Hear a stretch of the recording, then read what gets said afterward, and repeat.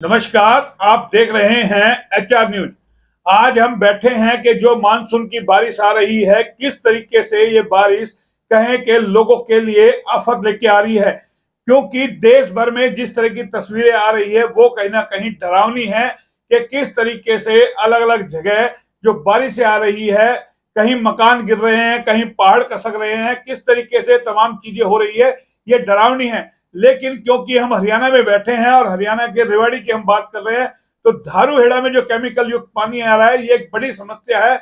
और पहले हम इसी पे बात करेंगे। इस पे बात करने के लिए हमारे साथ है पूर्व पार्षद विनय यादव जी। क्योंकि ये पार्षद रहे हैं तो जाहिर है ये अच्छे तरीके से जानते हैं कि मानसून आती है तो नगर परिषद का काम क्या होता है या और संबंधित विभाग होते हैं उनका काम क्या होता है, उसी पे जानेंगे। क्या प्रशासन ने, शासन ने तैयारी की थी?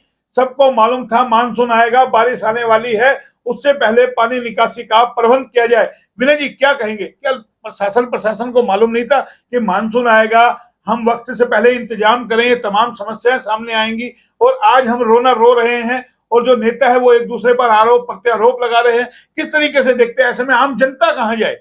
उन लोगों का कसूर क्या है आम जनता का? मोहन जी, सबसे बड़ी जो कमी है इस सरकार के अंदर है, हमारे नेताओं के अंदर कार्य क्षमता की, विल पावर की कमी। उनमें इच्छा शक्ति ही नहीं है काम करने की। लंबे टाइम से सरकार में होने की वजह से वो भोग विलासी हो गए हैं, वो फील्ड में आना ही नहीं चाहते हैं। ये सबसे बड़ी समस्या है उनके लिए कि वो खुद आलीशान कोठियों में, आलीशान गाड़ियों में बैठे हैं, मगर जनता से उन्हें कोई सरोकार नहीं है।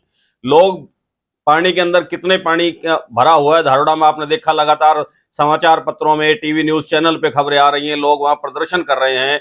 नौबत तक यहां तक आ गई कि वहां के जो आज के सिटिंग के जो पार्षद थे और पूर्व पार्षद थे, उनको धरना देना पड़ा, इस्तीफे तक की धमकी उनको देनी पड़ी। पर बात खाली है कि इस्तीफे तक नहीं है, ये बयां करता है कि वो कितने परेशान हैं सरकार में होते हुए भी अधिकारी और यहाँ के नेता उनकी बात को नहीं सुन रहे। ये इस बात को दर्शाता है, ये इशारा करता है। और अगर इस दर्द को अगर कोई नहीं समझ पाता है, सरकार को नहीं चेतना, तो ये आने वाले समय में उनके लिए बहुत ही खतरनाक और घातक बात सिद्ध होगी। ये जब समय आएगा तो लोग उनको इस चीज का जवाब जरूर देंगे। नहीं, जवाब तो देंगे, लेकिन मेरा सवाल ये है ना कि आम आदमी के लिए कोई सुविधा नहीं। तमाम नेता मिनटों में रैली ऑर्गेनाइज कर लेते हैं, रैली हो जाती है, वो हवाई जहाज में घूमते हैं, बड़े बड़े सपने दिखाए जाते हैं, बड़े बड़े दावे किए जाते हैं चुनाव के वक्त, जिस तरीके से ट्रिपल इंजन की सरकार आप बनाइए। ऐसे में मेरा सवाल ये, वो नेता कहाँ सो रहे हैं? वो पार्टी के लोग कहाँ सो रहे हैं? क्या आंखों में पट्टी धर ली, आम जन को मरने के लिए छोड़ दिया? वोट लेने के लिए आप आइए, बात कीजिए बड़ी बड़ी, और उसके बाद जब आपदा आए, विपदा आए, परेशानी आए तो आप चद्दर तान के सो जाइए।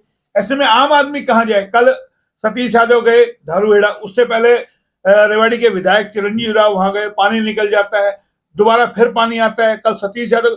तो क्या लगता है 2024 की तैयारियां है, ये राजनेता पहुंच रहे हैं या जमीनी स्तर पे कोई इसका हल भी करना चाहता है? कोई आपको लगता है कोई हल करेगा कोई?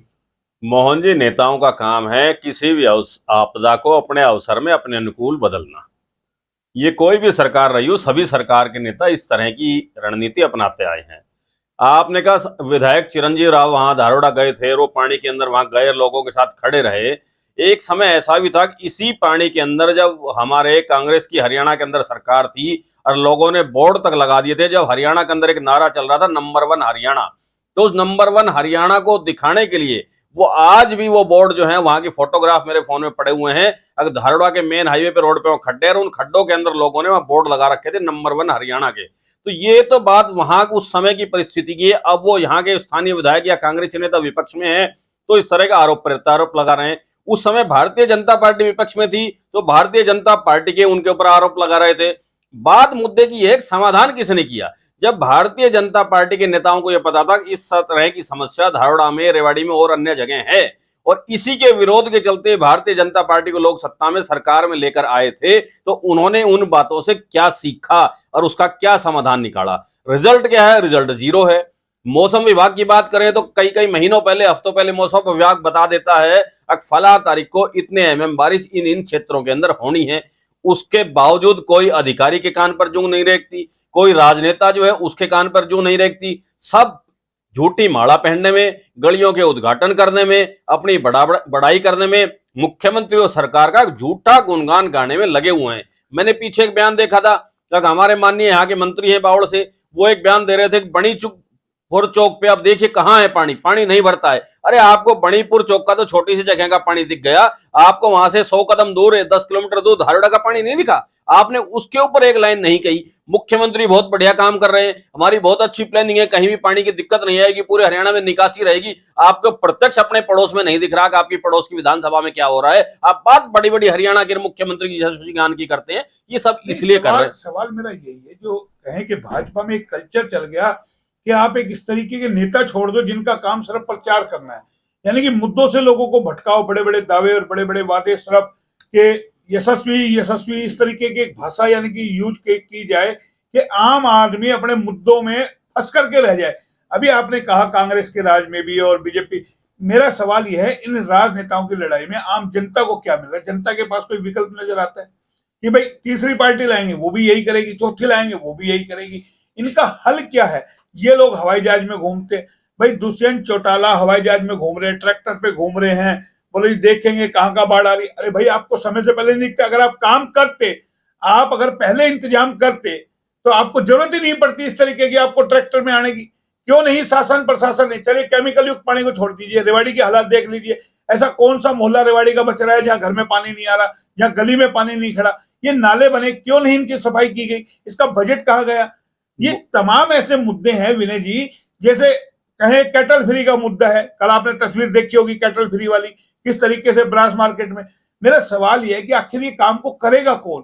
जनता का जो हसर हो रहा है, जो जनता परेशान है, उसके लिए सिर्फ जनता एक वोट की मशीन रह गई है, या फिर एक जनता को डरा दो कि जनता कोई सवाल जवाब करे ही नहीं, और मीडिया को डरा दो, ठाओ अंदर कर दो मीडिया। मोहन जी आए, बहुत ही आपने सत्य बात कही है। आज के समय में तत्कालीन सरकार द्वारा हर तरफ एक डर का माहौल बना रखा है। जो हमारे खिलाफ बोलेगा, जो लोग बोलेंगे, जो अधिकारी बोलेंगे, जो नेता बोलेंगे, या कोई अन्य संस्थान के लोग बोलेंगे, पत्रकार बोलेंगे, उन सबको किसी ना किसी रूप में प्रताड़ित किया जाएगा, उनको डराया धमकाया जाएगा और कहा जाएगा आप सरकार के खिलाफ कुछ नहीं बोलेंगे, आप आंखें बंद करके बिल्कुल बहरे बन जाइए, ना आप बोलेंगे, ना देखेंगे और ना आप सुनेंगे। ये प्रचलन इस समय इस सरकार के अंदर बहुत ज्यादा चल गया है, और हमारी सरकार के जितने भी राजनेता हैं उनको एक अटैचमेंट कंपनी बनाकर सरकार ने छोड़ दिया है। अब ऊपर से एक आदेश आएगा फलानी फिल्म का प्रमोशन करना है, सारे उसी राग में सियार की तरह वो करने लग जाएंगे। एक गीदड़ों में खासियत होती है कि रात के समय जो एक गीदड़ शोर मचाता है तो उसके सुर में सुर मिलाने के लिए सारे गीदड़ उसी सुर में शोर मचाते हैं, और एक बड़ा समूह गीदड़ों का इकट्ठा हो जाता है। तो वही इनको एक स्लीपर सेल बना दिया एक तरीके से, ध्यान होगा इनको सबको एक स्लीपर सेल बना दिया। भाई गाथा गाइए सिर्फ, मैं उसी बात पे हमारा मुल्क में नाम हो रहा है, दुनिया में नाम हो रहा है, हमारा फलाना हो रहा है, हम दुनिया में अरे आप नंबर 1 कहां से बन गए? आप एक पानी निकाल नहीं सके, आप एक व्यवस्था आम आदमी को दे नहीं सकते, आप कुछ कर नहीं सकते, अपने आप को खानी। मैं मोहन जी वही बात कह रहा हूं, इनकी एक पॉलिसी थ्योरी बन गई है कि एक झूठ को आप 100 बार लगातार बोलिए तो झूठ लोगों को सच लगने लग जाएगी। ये पुरानी कहावत है।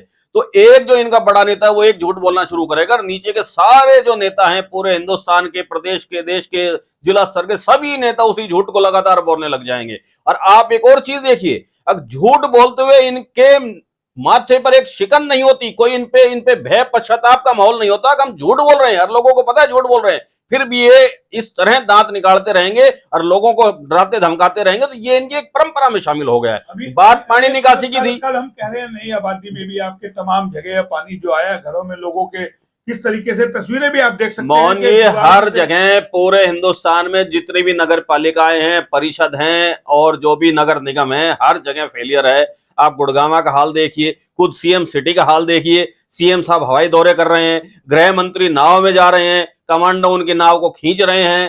तो ये इस तरह का माहौल है जो जो बना हुआ है हर जगह। तस्वीर दिखा के क्या साबित किया जाता है? हम काम कर रहे हैं या एक ऐशो आराम ले रहे हैं? मतलब आप एसी कमरे में बैठिए, जनता टैक्स देगी, उस टैक्स से आप अपनी, मैं उसी बात पे आ रहा था मोहन जी, एंजॉय लीजिए। मैं उसी बात पे आ रहा था कि इस सरकार के अंदर आप धारोड़ा की बात कर रहे थे, रोड टैक्स, हमारा टोल वाला रोड है, टोल टैक्स कितना बढ़ गया है। जब आप टोल ले रहे हैं तो उस पानी की निकासी को, रोड की व्यवस्था को, गड्ढे भरने का काम कंपनी का है। आज तक क्यों नहीं कंट्रोल किया कंपनी में? अवैध वसूली सरकार की तरफ से हो रही है।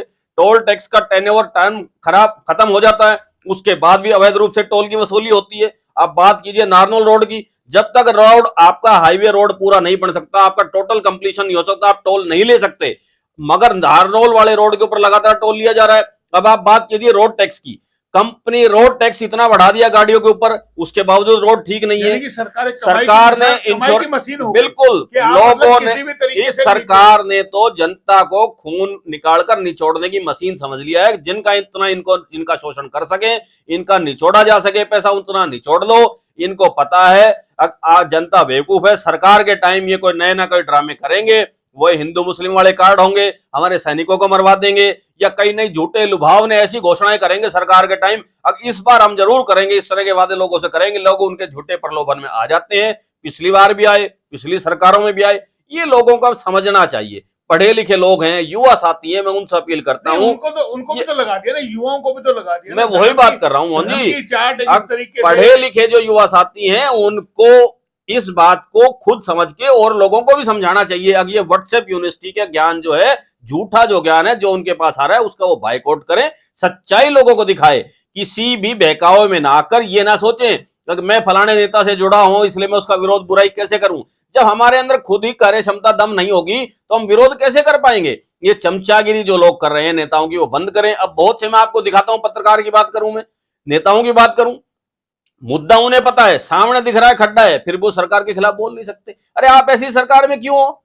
जब आपको ही उन्होंने बंधक बढ़ा के छोड़ दिया, आपकी आवाज को दबा दिया, तो आपसे डरपोक और नकार आदमी कौन हो गया? आप अपने इलाके की आवाज के लिए नेता बने, आप अपने इलाके की आवाज नहीं उठा सकते ऊपर विधानसभा में, लोकसभा में या जिला स्तर की मीटिंगों में, तो आपको अपने कल चलिए छोड़ी, कल एक सांसद पे सवाल उठाया पूर्व जिला प्रमुख सतीश यादव ने कि सांसद महोदय आए इस पानी के अंदर, देख के आकर के हालात, क्या लगता है कोई असर पड़ेगा इस तरीके की बातों से? क्या हो जाएगा? कोई सुनेगा, कोई सुनने वाला है? या आपको कभी लगता है आपने अपने कार्यकाल में सांसद महोदय का कोई आंदोलन देखा हो, इलाके की कोई आवाज? हमारे यहाँ के सांसद महोदय बहुत ही कूल और रिलैक्स राजनीति करते हैं। वो जहां जैसा मौका लगेगा वो पलायन कर जाएंगे, बिल्कुल करते हैं। वो कभी सड़कों में फील्ड में नहीं रहते, क्योंकि वहां आएंगे तो उनसे जनता सवाल जवाब करेगी, सवालों के जवाब दिए नहीं जाते, जो हमारे प्रधानमंत्री जी भी कर रहे हैं। अगर लोगों से दूर रहो, कोई कितना भी आरोप लगाए, सच बात भी गए, उसका जवाब मत दो, चुप रहो। मतलब ये वो जनता कब तक बोलेगी? मुंह पे आप पट्टी बांध लो, जैसे नहीं सांसद महोदय, बहुत सारे लोग होते हैं किसी तगादा लेने आए ना, चुप हो जाए, मुंह में पान खा के बैठ जाए, करेंगे भाई। सबसे बड़ी दिक्कत तो ये हो गई, हमारे सांसद इस सरकार में 2 बार रहे और पिछली सरकार में भी वही थे। अब उनकी जान को दुविधा हो गई, इस सरकार को कोसें या पिछली सरकार को कोसें, गलती किसकी निकालें? दोनों तरफ, दोनों नैया में वही सवार थे, इस एरिया के वही मालिक थे, वही नुमाइंदे थे। अब कहें किसको? अब काम कौन से ने नहीं कराया? अगर वो कोई पिछली ने नहीं कराया तो भैया इस बार आप दोबारा बने हो, इस सरकार में लगातार, और इस बार क्यों नहीं हुआ? इसमें मिल गया हाँ, वही था। अब कहें किसके लिए? सबसे बड़ी दिक्कत ये आ रही है। और एक सब समस्या है, ये शहर में पानी भर रहा है, क्या नगर परिषद को नहीं पता हर बार पानी भरता है? पब्लिक हेल्थ को नहीं पता कि सीवरेज की हमें सफाई पहले करनी चाहिए? नाले बने हुए हैं, लोगों ने नालों पर अवैध कब्जे बने हुए हैं, वहां किसी का एनक्रोचमेंट नहीं हटाया जा रहा, उन नालों की सफाई नहीं होती है 5-5 साल तक, बिल बनता है, सीवरेज मशीन पे मशीनें लगी रहती है, शिविर पे खड़ी है मशीनें 1 हफ्ते तक, आवागमन बाधित हो रहा है, लोग परेशान होते हैं, एक्सीडेंट हो जाता है। मशीन चलती किस है? पूरे हफ्ते में 2-4 घंटे चलती है, फॉर्मेलिटी के लिए मशीन लगी हुई है, अधिकारी की व कर्मचारी की तनख्वाह बन रही है, डीजल का पैसा खाया जा रहा है। अब बरसात में आप देखना, आप किसी डिपार्टमेंट की फाइल चेक करना, अब बरसात में कितने करोड़ों के वो ठेकड़े लगा देंगे और उनके बिल बन जाएंगे, लोगों को पता ही नहीं इन चीजों का। तो ये एक तरह के घोटाले चल रहे हैं, और इन पर आप कितनी चर्चा कर लो, इन अधिकारियों पर, नेताओं पर कोई जू रेंगने वाली नहीं है। क्यों रेंगने वाली नहीं है? तो ये हमने पूरी चर्चा आपको सुनाई, और हालात और स्थिति आप स्वयं देख रहे होंगे किस तरीके के हालात और स्थिति है। अब ऐसे में फैसला आम जनता को करना है कि आपको किस तरीके से तमाम चीजें, सुविधाएं मिल सकती है। जब आप अपना वोट डालने जाए तो आप इस बात को जरूर सोचिए कि किन नेताओं ने आपके लिए क्या किया है और हालात और स्थिति क्या है, क्योंकि आज आप जो नरक की स्थिति भोग रहे हैं, अगर फिर गलती करेंगे तो इसी तरीके की गलती आपको फिर से देगी। फिलहाल इतना ही, फिर आएंगे किसी और खबर पे, तब तक के लिए नमस्कार।